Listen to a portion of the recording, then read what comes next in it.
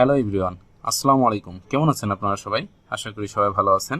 তো আজকে আমি যে টপিক্সটি নিয়ে আলোচনা করব সেই টপিক্সটি হচ্ছে ইংলিশ লিটারেচারের ইউনিভার্সিটি উইটস। একটি গুরুত্বপূর্ণ টার্ম ইউনিভার্সিটি উইটস। আসলে ইউনিভার্সিটি উইটস কি এবং কারা?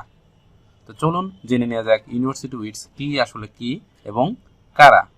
তো ইউনিভার্সিটি উইটস হচ্ছে একদল লেখক, একদল সাহিত্যিক যারা কিনা কোনো না কোনো ভার্সিটির, অর্থাৎ অক্সফোর্ড অথবা ক্যামব্রিজ ভার্সিটির কোনো না কোনো মেধাবী ছাত্র ছিলেন।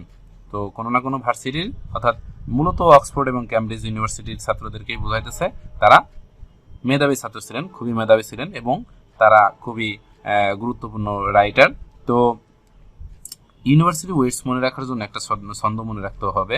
তো সেই ছন্দ নিয়ে আজকে আলোচনা করব, সেই ছন্দ নিয়ে আজকে পড়ব।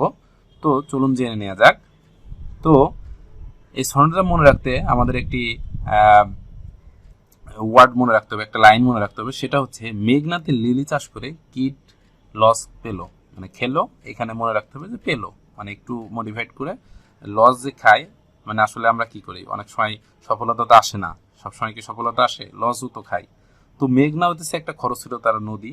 তো সেই নদীতে কেউ যদি লিলি চাষ করতে যায়, অর্থাৎ ওয়াটার লিলি যেটা বলতেছে, মানে অর্থাৎ শাপলা ফুল, লিলি বলতে যেটা আমরা বুঝি যে শাপলা ফুল, তো পদ্ম ফুল।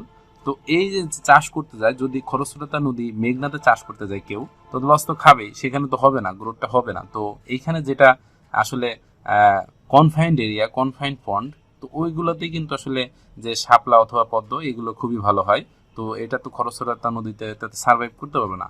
তো এটা কি করছে, যে মেঘনাতে লিলি চাষ করে কিড লস খেলো। কিড নামক একজন ব্যক্তি, সে চাষ করতে গেছিল, কিন্তু সে আসলে কি করে, সাকসেসের মুখ দেখে নাই, সে লস খাইছে, অর্থাৎ লস পেলো, মানে লস পাইছে।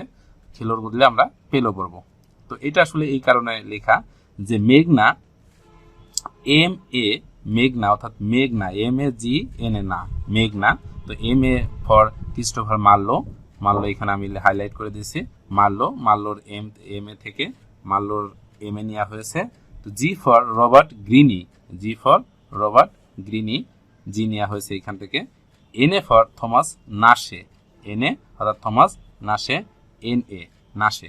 তো মেঘনা, তো এই মেঘনা হইতেছে মেঘনা নদীতে যারা রয়েছে, অর্থাৎ মেঘনাতে যারা রয়েছে, এই যে তিনজন রাইটার, তো এই তিনজন রাইটার হচ্ছে ক্যামব্রিজ ইউনিভার্সিটির খুবই মেধাবী ছাত্র ছিলেন, খুবই মেধাবী।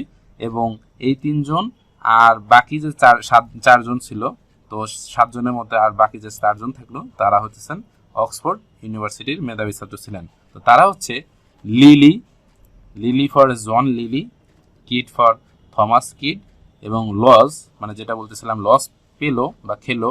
তো এই যে লস, অর্থাৎ লস মানে জিনিসটা, এইখানে কিন্তু বানানের ক্ষেত্রে আমরা লিখেছি লস, মানে অর্থাৎ বানানের ক্ষেত্রে কিন্তু লস লেখা লাগে, যদিও উচ্চারণ ক্ষেত্রে আমরা লস বলি। তো এইখানে কিন্তু এই যে লস, অর্থাৎ থমাস লস, এবং যে পেলো অর্থাৎ পিলি, তো জর্জ পিলি। তো এই যে বাকি যে অক্সফোর্ড, বাকি যে রাইটারগুলো ছিলেন, তারা হচ্ছেন অক্সফোর্ড ইউনিভার্সিটির মেধাবী ছাত্র। তো মূলত তারা 16 দশকের ছিলেন, 16 রাইটার, 16 শতকের রাইটার, 16th সেঞ্চুরি। তো খুবই গুরুত্বপূর্ণ।